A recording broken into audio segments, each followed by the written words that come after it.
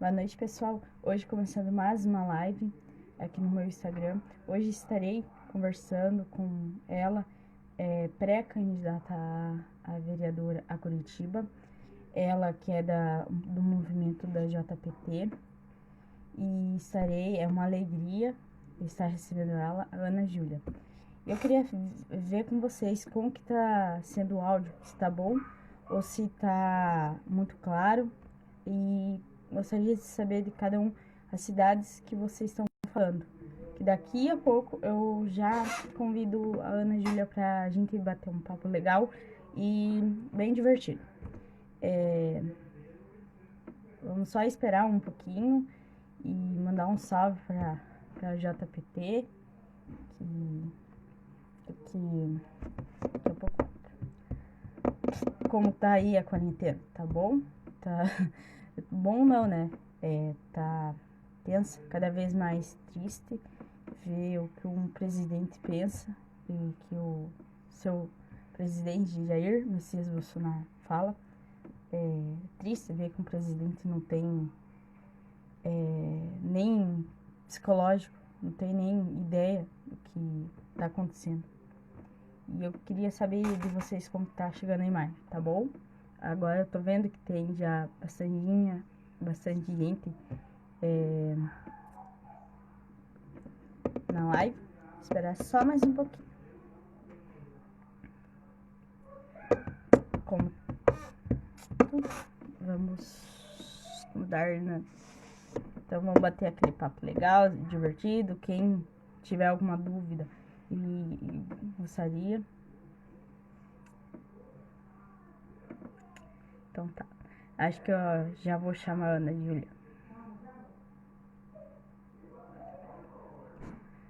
Ana Júlia.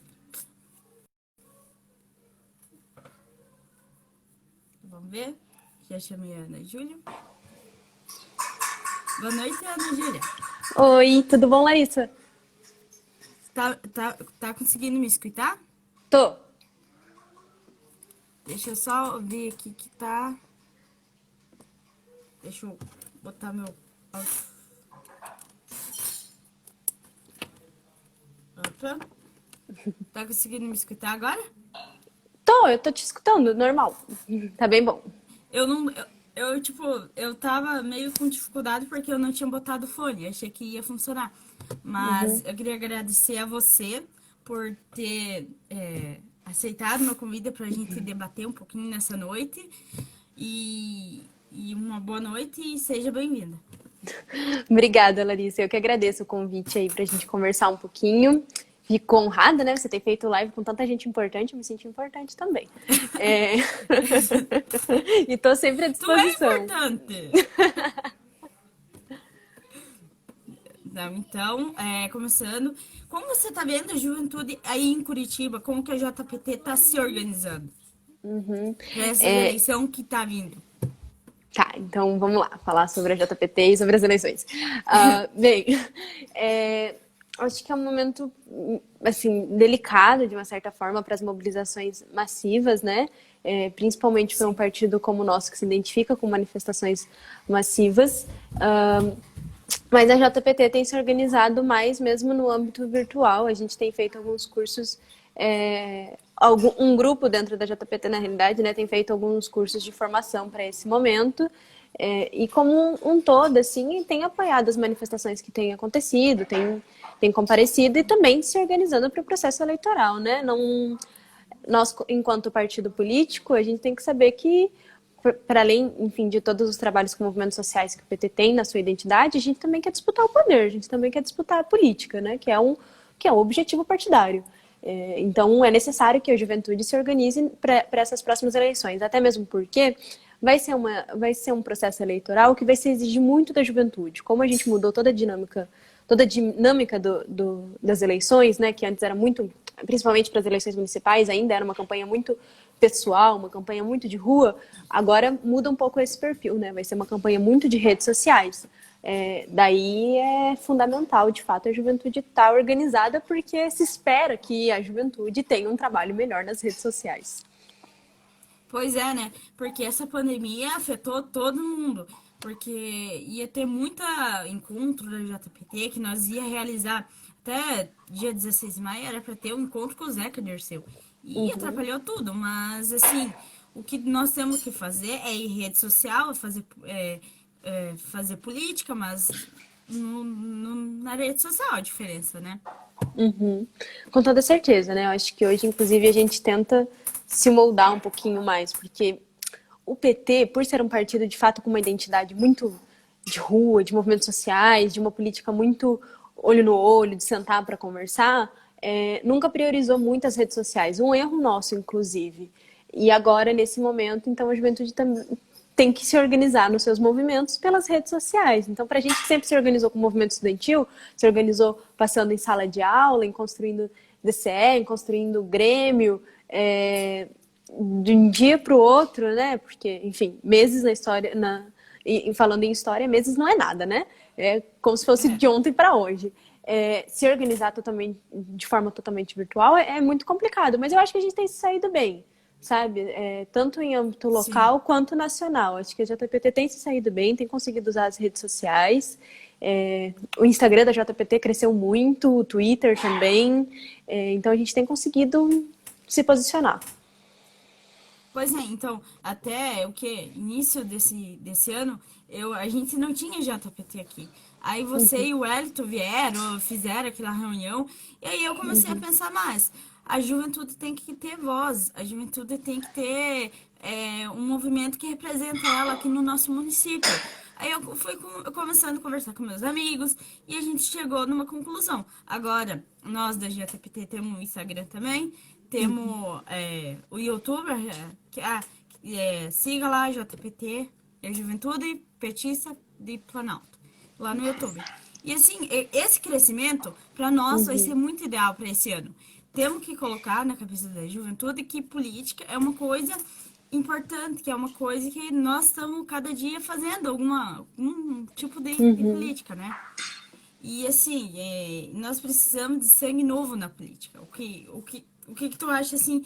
Porque tem muitos que já estão na reeleição e assim, é triste, né? Uhum. Acho que tinha Bem, que dar espaço para os jovens. uhum. Bem, acho que primeiro parabenizar, inclusive, né, Larissa, o teu trabalho aí em Planalto, que não tinha uma Secretaria de Juventude, você está aí presidindo, liderando, tá arrasando, mandando muito bem, tendo presença nas redes sociais, né, aí no, para a cidade, né, para o âmbito que vocês estão. Então, Sim. parabéns, o trabalho está muito bonito na JPT de Planalto. E sim, é claro, a gente precisa disputar a política no sentido de uma transição geracional, né? Nós, enquanto juventude do PT, a gente nunca debate a renovação pela renovação simplesmente por ser jovem. A gente debate a transição geracional, de que a gente acredita que agora tem que ter, de fato, um protagonismo da juventude, a gente tem que conseguir, de fato, passar o bastão, não dá para ser a mesma geração que fundou o PT e continuar disputando os cargos eletivos, senão a gente cai naquilo que a gente combate, mas precisa também ser candidaturas jovens, precisa ser projetos políticos jovens que estejam ligados às pautas que nós acreditamos, que sejam ligados à Sim. ideologia do Partido dos Trabalhadores e que tenha compromisso com essas ideologias. Acho que isso que é fundamental, tenha compromisso com as nossas pautas, né? Tenha compromisso com os É. trabalhadores, com os direitos trabalhistas, com uma política econômica de um Estado forte a serviço do povo. Então, a juventude precisa disputar esse espaço agora, e enquanto juventude de esquerda, nós precisamos disputar num sentido de transição geracional, né? Principalmente, eu acho que quando a gente fala de transição geracional, não é a mesma coisa de falar de renovação da política. Renovação da política, sinceramente, de uma forma ou outra, a gente gostando ou não, meio que acontece todo ano. Né? Todo ano de eleição meio que acontece. Sempre É. entra alguém novo e sai alguém. Então, o discurso da renovação ele é muito vazio, ele é muito. Ele não tem princípio, não tem pauta, não tem bandeira. É simplesmente a renovação pela renovação. E nós, enquanto juventude progressista, não. A gente tem que, de fato, batalhar por uma transição e por uma renovação que seja pautada nos princípios socialistas. Pois é, e agora, ainda mais nesse retrocesso que o Brasil está vivendo com um presidente que não tem muito psicológico, assim, para falar que, como que é que ele falou? que daí ele não é coveiro, ele não faz milagre.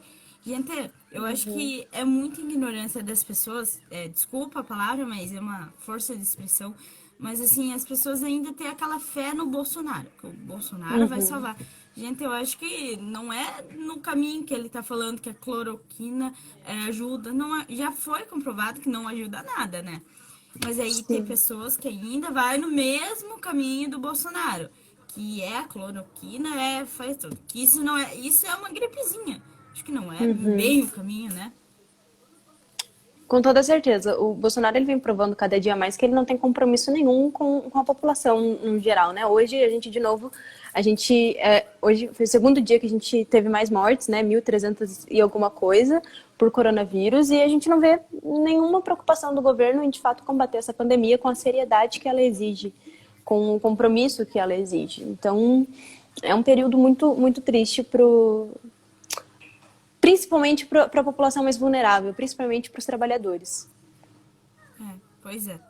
E assim, e cada vez tá sendo um descaso esse governo, porque já caiu fora um monte de ministro e vai continuar caindo. Na tua opinião, qual seria o próximo ministro a cair? Cara, eu não sei, Larissa. Vou ser muito sincera com você. Eu não tenho uma avaliação de qual é o próximo ministro a cair do governo Bolsonaro. É, Mas o que acontece é o seguinte: eu acho que a gente precisa compreender a composição do governo Bolsonaro para conseguir compreender mais ou menos essa queda dos ministros e até perceber quando de fato é uma queda, quando de fato a oposição tem uma vitória perante o governo e quando o governo que tem uma estratégia perante a oposição, né? Por exemplo, a queda do Weintraub não foi uma queda, cara, ele fugiu. Então, assim, é claro que a gente fica feliz, de uma certa maneira a gente comemora porque ele não tinha postura pública nenhuma, mas eles não saíram perdendo nessa disputa ainda, sabe? Então, acho que isso é importante a gente compreender. E daí, a instabilidade do governo Bolsonaro, inclusive a instabilidade dos seus ministros, reflete muito pelas alianças que foram feitas para o Bolsonaro poder ser eleito, né? Então, essas alianças têm sido fragilizadas e ele também muitas vezes ele escolhe ministros totalmente incompetentes, ministros que não têm postura pública, então eles caem por não conseguir implementar os projetos que o Bolsonaro quer. E daí a gente tem que entender que o governo Bolsonaro ele é pautado muito na agenda econômica e muito na agenda conservadora.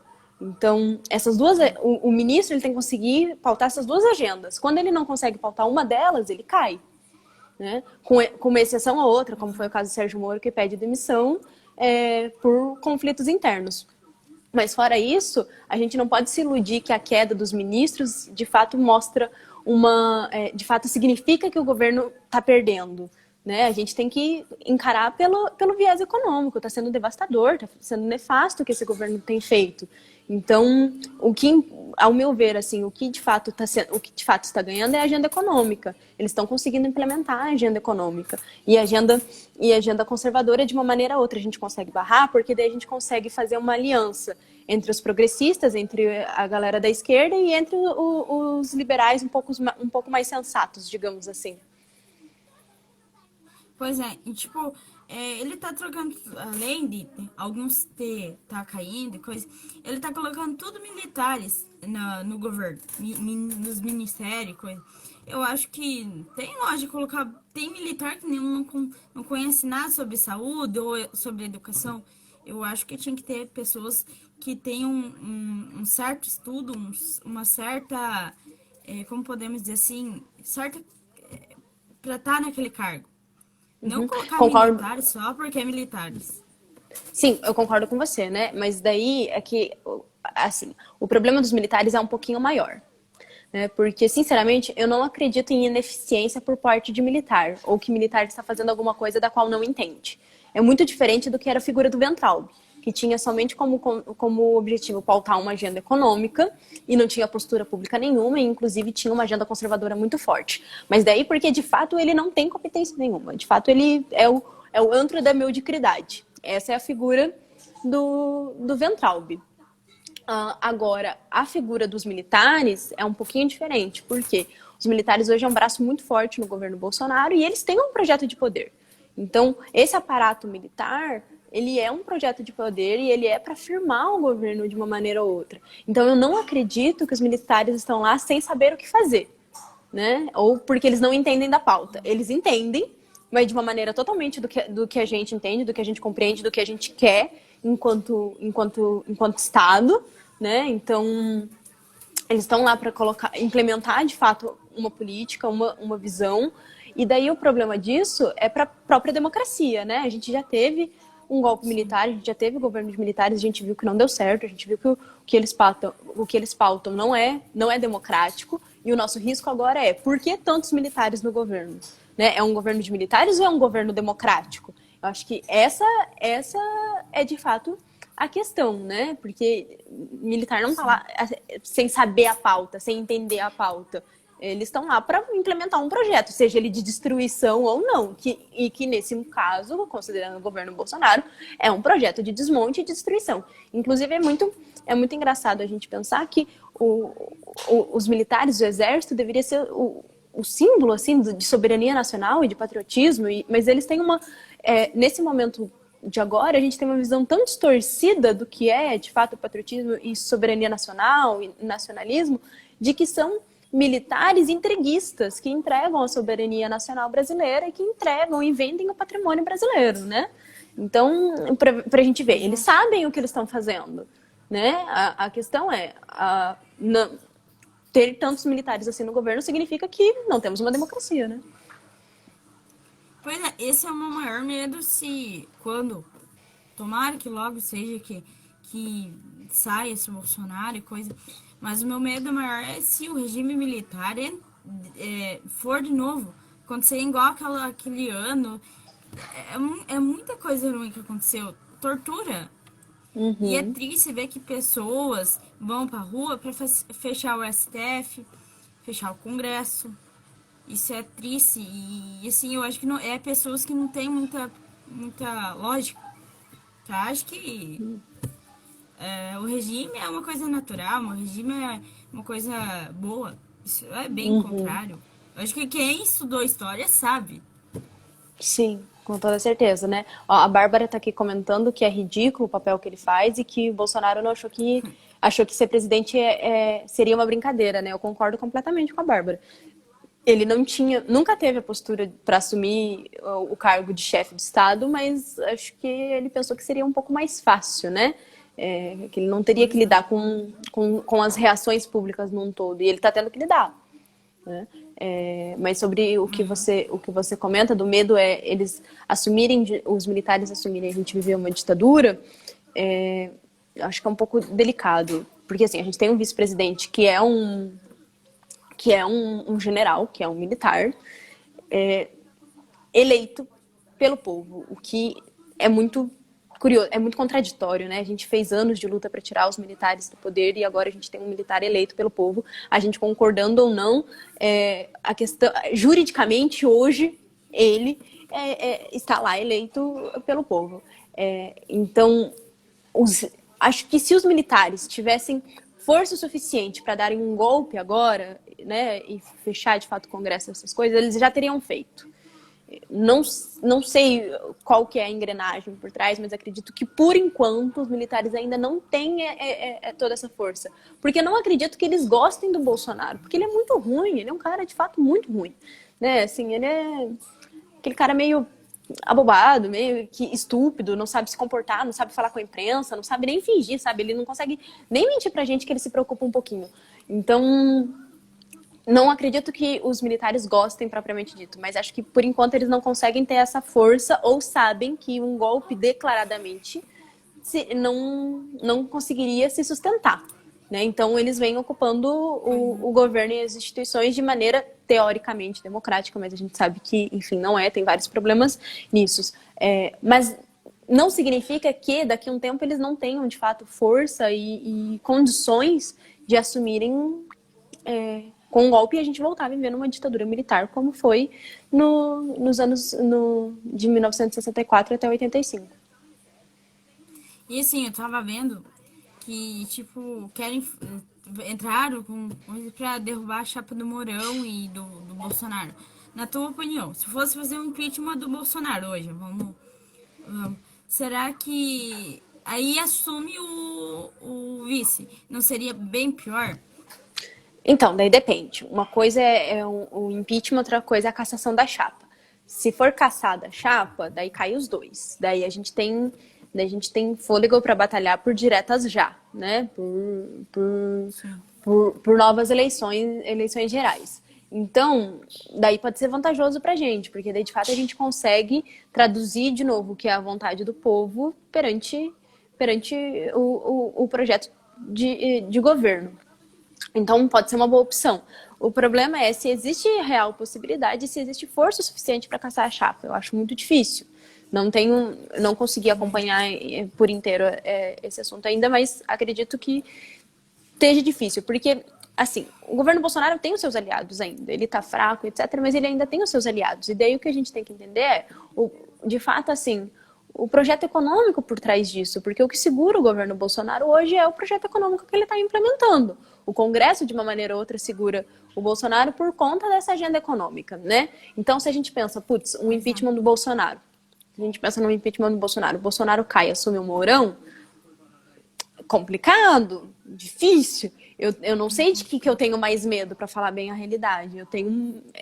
Me assusta a gente passar a faixa presidencial para um militar. Ao mesmo tempo, não tem como defender que esse governo continue aí. Não tem como defender que o Bolsonaro continue sendo presidente.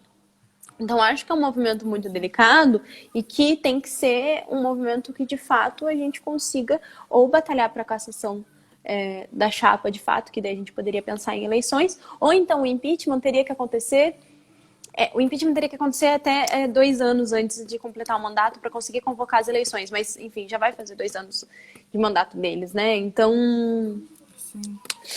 não tem mais essa possibilidade via impeachment, né? Então, assim, obviamente, eu quero fora Bolsonaro, eu quero o impeachment do Bolsonaro, mas não sei a real possibilidade, né?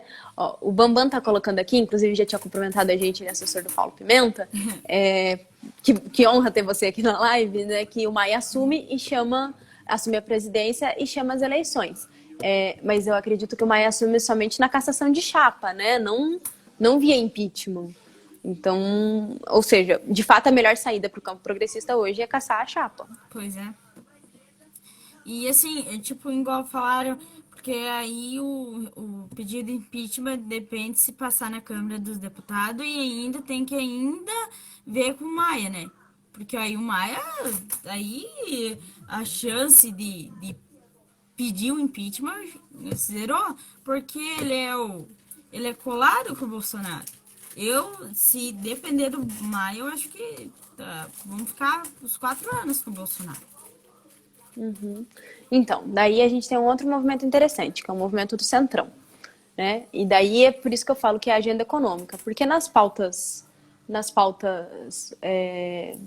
digamos assim, conservadoras, nas pautas mais sociais, de uma maneira ou outra, eles são oposição, né? Volta e meia a gente tem visto ataques do Maia ao presidente, ou que seja os tweets dele, que não adianta muita coisa, mas enfim, ele tem ficado bem no meio mesmo, né? Uma hora ataca, outra hora ele apoia. E por aí vai. Então, assim, o que a gente precisa para o impeachment é, primeiro, que o Maia paute o impeachment na sessão da Câmara dos Deputados. Então, ele precisa pautar. Precisa ter primeiro uma comissão para avaliar o pedido de impeachment, daí o Maia precisa pautar, daí precisa ter a votação, que daí a votação abre o processo de impeachment no Senado. Daí, antes disso, ainda tem uma outra votação no Senado para ver se libera, para daí instalar uma comissão, para daí fazer todo o processo de julgamento de ampla defesa contraditório, para daí, de fato, votar o impeachment. Então, é muitos processos, é muita coisa, e daí ele precisaria, de fato, estar muito fragilizado. Ele precisaria perder o apoio do Centrão. E hoje o Bolsonaro tem recuperado o apoio do Centrão. Então, o que a gente percebe é que o processo de impeachment, ele não é puramente pela insatisfação da população. Ele também é uma articulação dos apoios e das alianças políticas. Então, sinceramente, eu acho que as nossas condições hoje para implementar o impeachment são muito difíceis.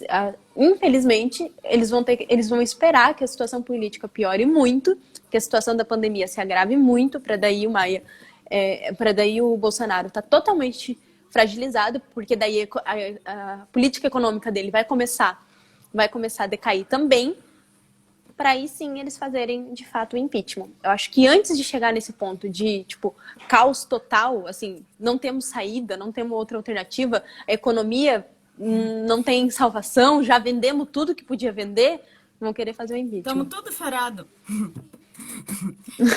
Bem isso. Estamos tudo ferrado mesmo.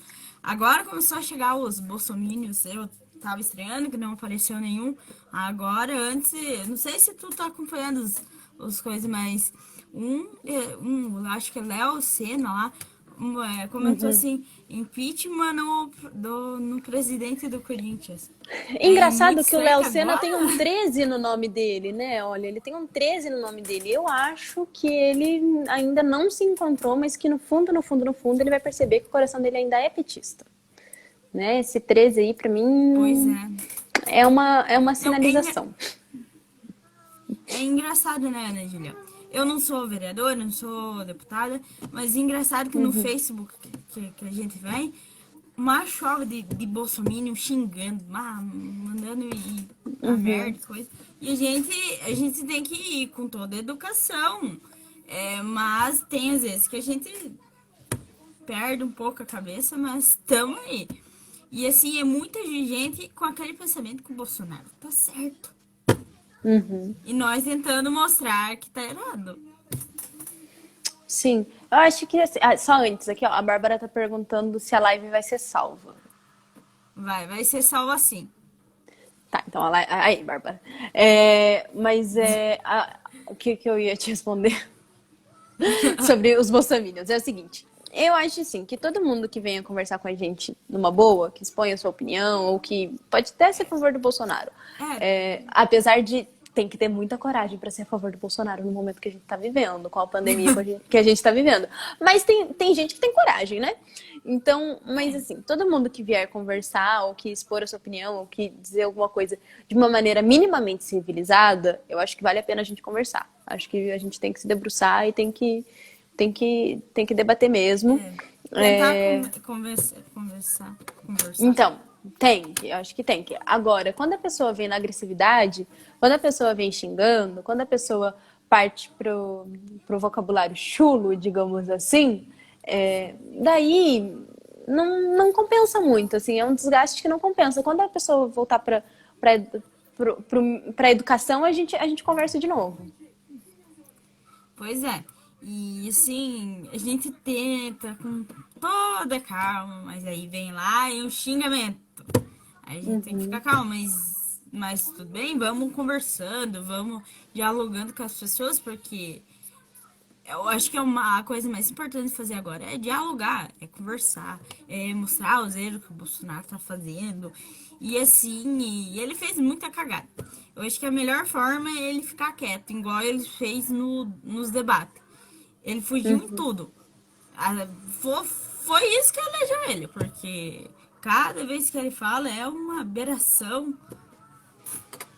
Sim, com toda certeza. Pra gente é ruim que ele fique quieto, porque daí as pessoas não conseguem enxergar o que ele é, né? Ele não consegue Pois é. destilar as suas barbaridades. Então eu torço pra que ele fale bastante. Tudo bem que ele só fala absurdo, mas eu torço pra que ele continue falando, porque as pessoas precisam de fato começar a entender quem é esse cara, qual que é a dele, assim, enfim, qual que é o rolê que ele apoia, porque se ele ficar quieto, a imagem dele sempre permanece, sabe? Se ele fica quieto, o ideal dele fica sempre lá, tipo aquela figura mística, aquela figura, né, maravilhosa. Quando pra gente desconstruir ele mesmo precisa se desconstruir. Pois é. Ana, conta um pouquinho da tua. Já falou, mas conta um pouquinho da tua história. Eu vi que você já encontrou com pessoas muito importantes, tipo Guilherme Boulos. Fala um pouquinho. Tô muito curiosa. Eu não sei direito assim como falar. Enfim, eu sou uma pessoa sortuda. Eu considero que eu sou uma pessoa de sorte. Eu já tive, de fato, a oportunidade de conhecer muita gente importante, né? Tive a oportunidade de conviver em alguns espaços e uma honra, de fato, né? Porque quem iria Ah, imaginar? mas É, mas consegui. Eu sou de Curitiba, respondendo aqui o Bambam, eu sou curitibana. Eu comecei a militar, assim, comecei a ser ativista pela educação pública nas ocupações secundaristas de 2016, então foi quando começou toda a história, eu ocupei minha escola. É, e meio que por isso que eu tive a oportunidade de conhecer tanta gente. Então, eu conheci o Boulos, eu conheci o presidente Lula, eu conheci a Manuela Dávila, conheci o Mujica, conheci a Malala, deixa eu ver, conheci a Fernanda Lima, conheci algumas pessoas. nossa. Ah, aí sim tem chefia, né? Não, eles são os chefes, a gente só conhece mesmo. Pois é, não. É muito orgulho Conheci o ser Paulo uma. Eu Pimenta, acho que eu vi. lembrando aqui. Conheço o Paulo Pimenta, Nossa, falando já Paulo, conversei muito com ele. falando Paulo Pimenta, eu tô tentando marcar uma live com o Paulo. Vamos ver se vai sair do papel, porque eu Opa. já fiz, até vou contar um pouquinho do meu projeto, que é conversar com o pessoal da esquerda, pra gente trocar uma ideia, pra gente desenvolver o diálogo, e assim, tá sendo muito legal. Também tô conhecendo, mas assim, eu tô conhecendo virtual, mas já pra mim já é uma honra. Não, igual eu Você falei eu no já começo, conhecia. você tá muito importante. Estou fazendo live com várias pessoas importantes. Não, Conta aí pra gente também com quem tanto você tá fazendo live, que eu só tenho visto, assistido tá. algumas. Vamos iniciar um pouco. Eu comecei com o Coelito. Fazer, que esse era o meu primeiro. Aí depois fiz com o Vadir Mus. Vamos ver quem mais. Depois do Vadir eu fiz com o Enio, com o Requião Filho, com o Tadeu, com a Luciana, com o Lemos, com o Matias. Ai, acho que Lemos, com o Zeca. E Olha agora eu só. tô tentando ir atrás, tentando fazer mais live. Mas tá bem puxadinho. E assim, pra ser uma live por semana, né? Agora eu Chique vou demais. tentar marcar uma com a Márcia Tiburi. Vamos ver quando que vai sair. Porque eu já tenho uma com o assessor da Luciana. Quinta-feira já tá todo mundo convidado. E vamos ver como que vai indo e como vai ser a marcação. Chiquérrima, parabéns. Você sim que tá Eu acho chefe. que. Ah, não. Às vezes a gente se empolga. Eu tô muito empolgada na JPT, porque é um projeto que eu quero que cresça. Que quero que os outros tenham. Que a JPT de Planalto tenha um reconhecimento também. E assim, eu tô torcendo muito para esse meu projeto e agradecer você e o Wellington que mostraram para nós o projeto que o PT tinha, que é que é a criação da JPT em municípios. Estou muito feliz e eu vou levar esse projeto a firme. Desculpa aí, que o meu É teu filho tá filho? aqui Ai, que fazendo meu fofo. filho. Ah, não, isso daqui é um terror. Vamos ver que dia que foi. Ah, eu conversando com o assessor do Zeca. Esse macaquinho vinha atrás de mim e começava a fazer barulho. Pensa só. É muito. Eu acho que era só isso, Ana. Não sei se você tem alguma coisa pra complementar e coisa. Mas pra mim, na minha parte, eu fico muito honrada por você ter aceitado meu convite pra gente conversar e acho que foi muito bom. Capaz, eu que agradeço. Acho que a gente conversou um pouquinho de tudo. Eu que fico, enfim, muito honrada de ter participado, né? Já foi muito bom te conhecer aí no começo do ano, conversar um pouco com você, conhecer um pouquinho, passar, né, por Planalto. E assim, estamos sempre à disposição, sempre que precisar de alguma coisa, sempre que quiser uma força aí com a juventude, a gente está aqui para construir junto, né? O projeto é coletivo e participativo. E assim, eu acho que a última coisa, como que ficou os congressos? vai ficar pro final do ano, os congressos Da JPT? municipal, eu acho, né? Então, os congressos da JPT vão passar todos para o ano que vem, né? Com isso da pandemia. A gente tinha aprovado até um calendário que acho que era. No calendário já tinha ficado, acho que o estadual e o nacional para os estaduais, acho que para o final desse ano, e o nacional para o do próximo, ou alguma coisa assim. Mas com a pandemia, eu acho que vai mudar. Vamos jogar municipais, estaduais e nacionais para o ano que vem. Tem que avaliar ainda, né? A gente não sabe como vai ser a vida depois do coronavírus. Tomara que. Não, tomara que passe logo isso, porque pra nós, né, a gente tinha bastante projeto. Aí tivemos que dar essa trégua e assim, mas tomara que ano que vem dê tudo certo pra fazer os congressos. Eu tô muito animada. Sim. E vou finalizar dando uma boa noite pra galerinha. Falar que foi bom estar conversando um pouquinho com vocês, com a Ana Júlia. E vamos ver qual que vai ser as próximas lives, né? Vamos que vamos. Tchau, tchau. Vamos que vamos. Tchau!